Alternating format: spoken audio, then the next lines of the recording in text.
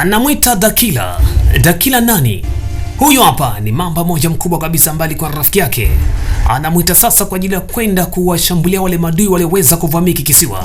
Huyu anampa lawama kwa nini ameshindwa kumule mamba na mtu ambaye alikuwa naye. Ni series safi kabisa ambayo mimi nitakupa pole kama utakosa kuitazama. Imetoka mwaka wa 2025. Leo kuna mwamba mmoja anaonekana hapa. Ameficha sura yake. Yeye ni nani? Mtu huyu alipata taarifa kuwa kuna basi linatakiwa kutekwa na maadui.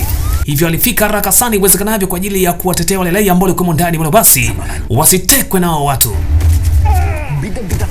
Yuko vizuri sana katika mapambano. Lakini yeye ni nani?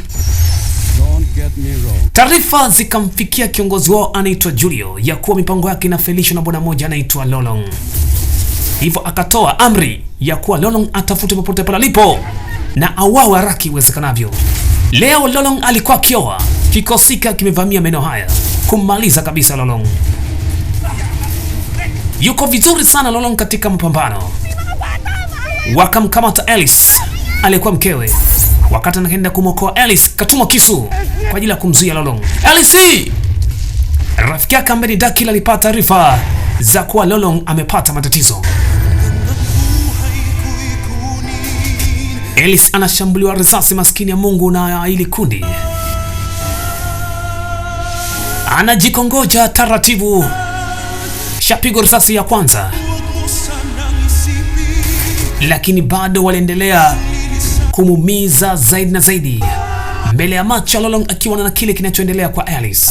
Itakuwaje? Lolong alipata jiwe ambalo lilikuwa linapatikana chini ya kina kirefu cha bahari, na jiwe hilo aliamini kabisa kwamba litaokoa maisha ya Alice. Hii hapa inaitwa Lolong. Waweza kusema mamba ni katika msimu wa pili wa hii series safi iliyotoka mwaka wa 2025. Sauti safi ni ya kwangu mwenyewe, Shiganga Professional, msukuma kwanza niliingia mjini, niko na mwanzo mwisho kwa kupatia kile kitu roho inapenda. Hii hapa mwabeja sana.